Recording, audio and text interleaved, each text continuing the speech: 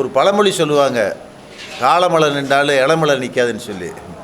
அது மாதிரி தேர்தல் முடிஞ்சிருச்சு. இப்போ என்னான்னு பார்த்தா அங்கங்கே ஸ்ட்ராங் ரூமில் வந்து அதிகாரிகள் போய் அத்துமீறி போய் நுழையிறது, பார்வையிடுறது, செக் பண்ணுறதுன்ற பார்த்தா எங்களுக்கு கொஞ்சம் பயமாக இருக்குது. காரணம், இந்த தேர்தலில் வந்து அதிமுக பிஜேபி கூட்டணி நிச்சயமாக ஒன்றோடு ஜெயிக்க போகிறதில்ல. போட்டியே அம்மா மக்கள் முன்னேற்ற கழகம் திமுகவுக்கு தான் போட்டி. அந்த வகையில் இந்த மாதிரி ஒரு அதிகாரிகள் அத்துமீறி மதுரையில் ஒரு ஏஆர்ஓ என்ன ரீசனுக்கு உள்ளே போனாங்க, அது வந்து மாவட்ட ஆட்சித்தலைவர் தேர்தல் ஆணையம் எங்களுக்கு தெரியப்படுத்தணும். இல்லை அந்த அதிகாரிகிட்ட நீங்கள் ப்ரெஸ் வந்து பேட்டியை கேட்டிருக்கலாம், எதுக்கு நீங்கள் போனீங்க, என்ன ரீசன் அப்படின்னு கேட்டிருக்கலாம். அதையும் நீங்கள் கேட்கல. அந்த ஊடகத்துக்கு அவங்க அதிகாரியும் பேட்டியும் கொடுக்கல, சஸ்பெண்ட் பண்ணியிருக்காங்க. என்ன ரீசன் சஸ்பெண்ட் பண்ணாங்கன்றது இது வரைக்கும் தெரியலை.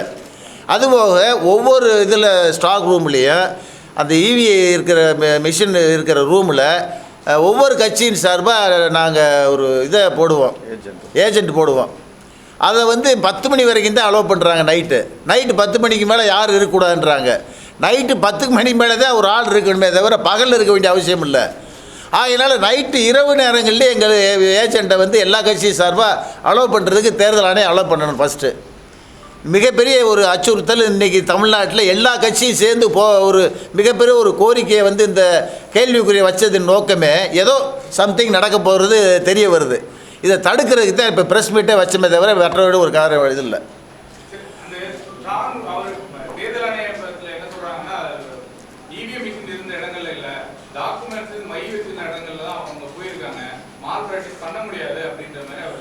எங்களுக்கு சந்தேகமே ஸ்டாக் ரூமு ஸ்டோரேஜ் ரூமும் பக்கத்தில் இருக்குது. அங்கே ஸ்டோரேஜ் ரூமில் என்ன ரீசனுக்கு போகிறீங்க, அதான கேள்வியை. ஏன் போகிறீங்க? எல்லா வேலையும் முடிஞ்சு சீல் பண்ணி உள்ளே வச்சாச்சு. ஸ்டோரேஜ் ரூமில் போய் உட்காந்து ஏஆர்ஓ ஆர்ஓ போய் பார்க்க வேண்டிய அவசியம்னா, பேப்பர்ஸை கொண்டு போய் வைக்க வேண்டிய அவசியம்னா, அதே எங்களுக்கு கேள்வி. தபால் ஓட்டு கூட கலெக்டர் கண்ட்ரோலில் இருக்குது, அது ஒன்றும் பிரச்சனை இல்லை. இந்த மாதிரி சந்தேகங்கள் வரக்கூடாது. முழு 24 மணி நேரமும் எங்கள் வேட்பாளருடைய ஏஜென்ட்டு அங்கே இருக்கிறதுக்கு அலோவ் பண்ணணும் தேர்தல் ஆணையம். கடந்த தேர்தலில் கூட இரவு நேரங்களில் நாங்கள் காவலுக்கு இருந்திருக்கோம் ஏஜென்ட்டு. இந்த தடவை மட்டும் அதை அலோவ் பண்ணாத காரணம் என்ன? எங்கள் மாவட்டத்தில் இல்லை, மற்ற மாவட்டத்தில் இருக்கான்னு தெரியல. தேனியில் வந்து 10 மணிக்கு மேலே அலோவ் பண்ணலை. இது வந்து தமிழ்நாடு முழுக்க அலோவ் பண்ணணுன்றதே எங்களுடைய கோரிக்கை.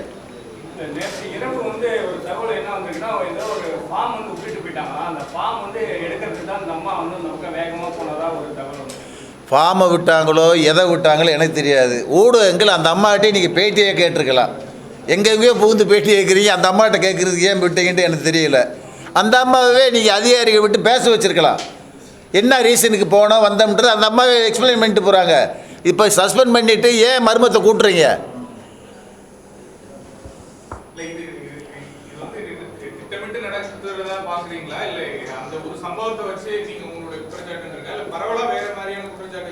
பரவலாக வந்து இவங்க 2 பேரும் தோல்வியின் விளிம்பில் இருக்காங்க. என்ன வேண்டாலும் நடக்கலாம்ன்ற ஒரு அச்சம் எல்லா கட்சிக்கும் இருக்குது. அந்த அச்சத்தெல்லாம் தவிர்த்து தேர்தல் ஆணையமும் மாவட்ட ஆட்சித்தலைவரும் மிகப்பெரிய பாதுகாப்பு இருக்குதுன்னு சொல்கிறீங்க, 4 அடுக்கு பாதுகாப்பு இருக்குதுன்னு சொல்கிறீங்க. அதையும் மீறி இந்த மாதிரி நடக்குது. இந்த மாதிரி தவறு நடக்காமல் இன்னும் 1 மாதம் காலம் இருக்குது. அதனால தான் எங்களுக்கு பயமே. இன்னும் 1 மாதம் காலம் இருக்குது. நாளைக்கு ரிசல்ட்னா கூட எங்களுக்கு பிரச்சனை இல்லை. இந்த 1 மாத காலத்துக்கு மிகப்பெரிய ஒரு பாதுகாப்போட எங்கள் ஏஜெண்ட்டை 24 ஹவர்ஸ் அங்கே தங்க வச்சு இப்போ எங்களுக்கு அனுமதி வேணும்ன்றது அந்த ப்ரெஸ் மீட்டோட நோக்கம்.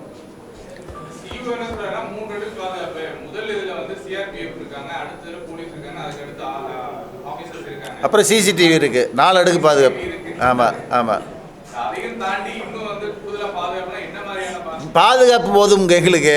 எங்கள் ஏஜெண்ட்டை அலோவ் பண்ணுங்கன்ற அங்கே 24 ஹவர்ஸ் ஒவ்வொரு கட்சி ஏஜென்ட்டு அங்கே தங்குறது மாதிரி பண்ணுங்கன்ற. ஏன் நைட்டு 10 மணிக்கு மேலே அலோவ் பண்ண மாட்டேன்றீங்கன்றது எங்கள் கொஸ்டின்னு. எங்கள் கலெக்டர்கிட்ட பேசியிருக்கோம். கலெக்டர் 10 மணிக்கு மேலே அனுமதி இல்லைன்றாங்க, எங்கள் எஸ்பி அனுமதி இல்லைன்றாரு. 10 மணிக்கு மேலே அலோவ் பண்ணணுன்றது எங்களுடைய கோரிக்கை. அது மனுவாக கொடுக்க போகிறோம் நாளைக்கு. தேர்தல் ஆணையத்திட்ட ஒரு மனுவும் கொடுப்போம். ஆமாம்.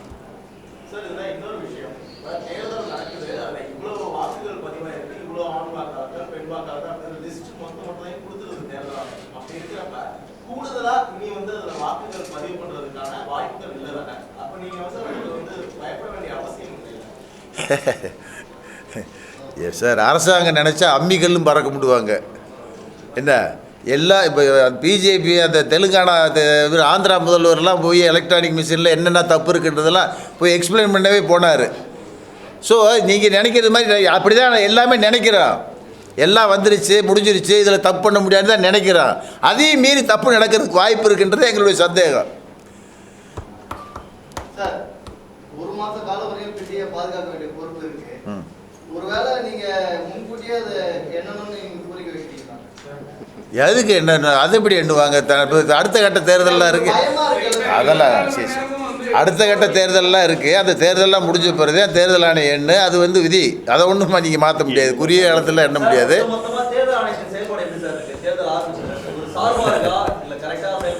தேர்தல் ஆணையம் விதிமுறைகள் ஓகே, சூப்பர்.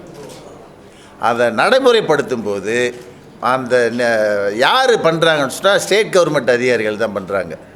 அந்த ஸ்டேட் கவர்மெண்ட்டுக்கு சாதகமாக இருக்கிறதுனால சந்தேகம் வருதே தவிர தேர்தல் ஆணையத்தை நம்ம குறை சொல்ல முடியாது. இப்போ தேர்தல் ஆணையம் இப்போ 6 ரூபா ரிட்டர்னிங் ஆஃபீஸு 7000 ரூபா போடுறாங்க. அவங்க யாராண்டா வருவாய்த்துறையை சேர்ந்தவராக இருக்காங்க. வருவாய்த்துறை அமைச்சர் திரு உதயகுமார் வந்து அவரை கண்ட்ரோல் பண்ணிக்கிறாரு. அப்புறம் எப்படி நேர்மையாக இருக்காங்க? அதுதான் எங்கள் சந்தேகமே. எங்களுக்கு அங்கே தான் வழுக்கு வருது. இருக்கலாம், தேர்தலில் தோல்வியை சந்திக்க போகிறோமேன்னு சொல்லி இப்படி ஒரு சித்துவிளாட்டு கூட பண்ணலாம். சிறு தவறு கூட நடக்கக்கூடாதுன்றதே அந்த ஜனநாயக நாட்டில் நாங்கள் எங்களுடைய கோரிக்கை. அதை தடுக்கிறதே எங்கள் வேலை.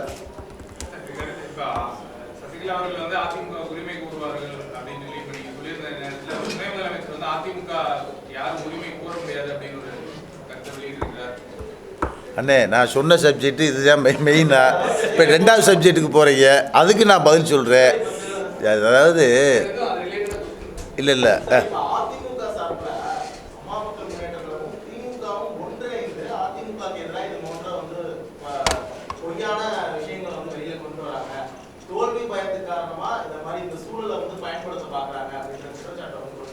சார், நேற்று தானே சார் மதுரையில் அந்த ஏஆர் சஸ்பெண்ட் பண்ணாங்க. எதுக்கு சார் சஸ்பெண்ட் பண்ணாங்க? நாங்கள் சொல்லி சஸ்பெண்ட் பண்ணாங்களா, இல்லை அவங்களா சஸ்பெண்ட் பண்ணாங்களா? தவறு நடந்திருக்கு போய் தானே சஸ்பெண்ட் நடக்குது. அதை வச்சு தானே கேள்விகள் எழுதுது, அதை வச்சு தானே நாங்கள் பேசுகிறோம். இதில் என்ன அவங்க எங்களை சந்தேகப்படுறதுக்கு என்ன? எதுக்கும் சந்தேகப்பட்டுக்கிற வேண்டி தானே அதிமுக. தப்பு நடந்திருக்கு, அதை திருத்துக்க மாட்டோம். எங்கள் மேலே சந்தேகப்படுவீங்களா நீங்கள்? அப்போ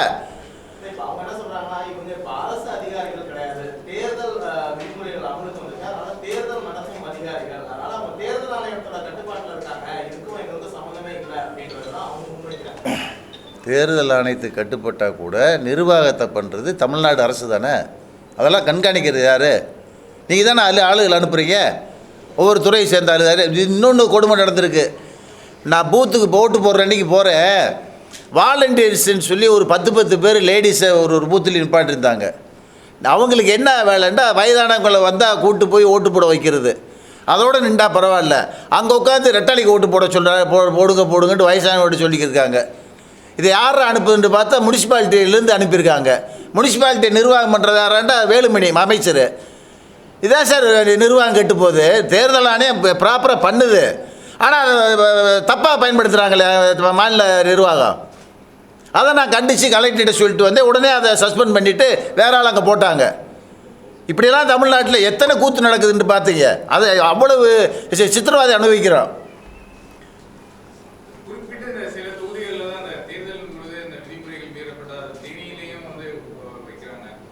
எல்லா கட்சி தலைவர்களும் தேனி பார்லிமெண்ட்டில் நடந்த கூத்தை வந்து அழகாக உங்ககிட்ட எக்ஸ்பிளைன் பண்ணாங்க.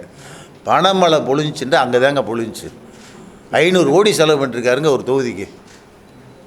வீடியோ ஆதாரம் இருக்குங்க. நீங்கள் என்னங்க பண்ணுவீங்க? நீங்கள் இந்த வீடியோ ஆதாரத்தை வச்சு என்ன ஆக்ஷன் எடுத்துருவீங்களா? பணத்தை திருப்பி கேட்குறாங்க. இன்றைக்கி போய் என்ன பண்ணுறாங்க? தேர்தல் முடிஞ்சிருச்சு, ஒவ்வொரு ஊர்லேயும் நீ எனக்கு ஓட்டு போடல, நான் கொடுத்த 2000 ரூபா கொடுத்து அடித்து மல்லு கட்டிக்கிருக்காங்க. டெய்லி இப்போ மல்லு கட்டி வீட்டுக்கு பிரச்சனை ஆகிக்கிட்டு இருக்கு. அதுவும் வீடியோ வந்திருக்கு. அத்துமீறி நடக்குது சார். இதை ப்ரெஸ்ஸில் சொல்ல வேண்டிய அவசியம். தமிழ்நாட்டில் ஜனநாயகம் பாதுகாக்கப்படணுன்றது தான். ஓட்டை வந்து 1 மாதம் கழித்து கூட நியாயமாக பாதுகாத்து எண்ணிக்கையை கரெக்டாக கொடுத்தா நல்லது நாட்டு மக்களுக்கு. நாங்கள் இது சம்பந்தமாக தேர்தல் ஆணையத்துக்கு மாவட்ட ஆட்சித்தலைவருக்கு புகார் கொடுக்க போகிறோம். எல்லா ஏஜென்ட்டு பொலிட்டிக்கல் ஏஜென்ட்டு கட்சியின் சார்பாக 24 ஹவர்ஸ் அங்கே பாதுகாப்புக்கு அனுமதிக்கணுன்றது எங்களுடைய முக்கியமான கோரிக்கை. இது சம்பந்தமா நீங்க வந்து அனைத்து கட்சியும் சந்திச்சு தேர்தல் ஆணையத்துக்கு மனு கொடுக்க போறீங்களா இல்ல நீங்க நாங்கள் அம்மா மக்கள் முன்னேற்ற கழகம் கொடுக்க போகிறோம். மற்ற கட்சி கொடுக்குறாங்களா இல்லைன்னு தெரியல. மதுரையில மற்ற கட்சிகள்லாம் வந்து மதுரையில மாவட்ட ஆட்சியர் வந்து எங்க நம்பிக்கை இல்லை அவங்க மேல சொல்லிட்டாங்க. உங்களுடைய கருத்து என்ன? இல்லை, எங்கள் மாவட்ட ஆட்சித்தலைவர் நம்பிக்கையோடு தான் நாங்கள் இருக்கோம். நேர்மையாக தான் பண்ணுறாங்க. ஆனால் மதுரை எப்படின்னு தெரியல. எங்கள் இது அந்த அனுமதி 10 மணிக்கு மேலே அனுமதி இல்லைன்றது தான் எங்களுக்கு சங்கடமாக இருக்கே தவிர அதையும் கொடுத்துட்டா எங்களுக்கு பிரச்சனை இல்லை. எதுக்கு மறுவாக்கு பதிவு? நாங்கள் கேட்க மாட்டோம்.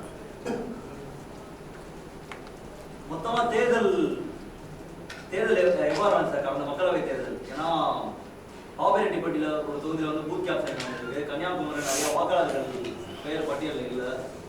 தொடர்ந்து இது ஒரு மாநில அரசுக்கும் மத்திய அரசுக்கும் சார்பான தேர்தல் வந்து இந்த குற்றச்சாட்டு எடுத்தது. உங்களை பொறுத்தவரை தேர்தல் எப்படி நடந்தது? இல்லை, 71% மக்கள் ஓட்டு போட்டிருக்காங்க. நல்ல பதிவு தான். அது நல்ல ஒரு ஆரோக்கியமான ஒரு நிர்வாகத்தை கொண்டு வரணும். அப்படி தான் மக்கள் தானாக வந்து ஓட்டு போட்டிருக்காங்க. நிச்சயமாக நல்ல ரிசல்ட் கிடைக்கும். ஆஃப்டர் ரிசல்ட் இது எலெக்ஷன் இது கவுண்டிங். திமுக காங்கிரஸ் கூட்டணி தான் அதிக இடத்துல கை போட்டுன்னு சொல்லிட்டு மூத்த பத்திரிகையாளர் ராம் சொல்லியிருக்காரு. மூத்த பத்திரிகையாளர் அவருடைய கருத்து.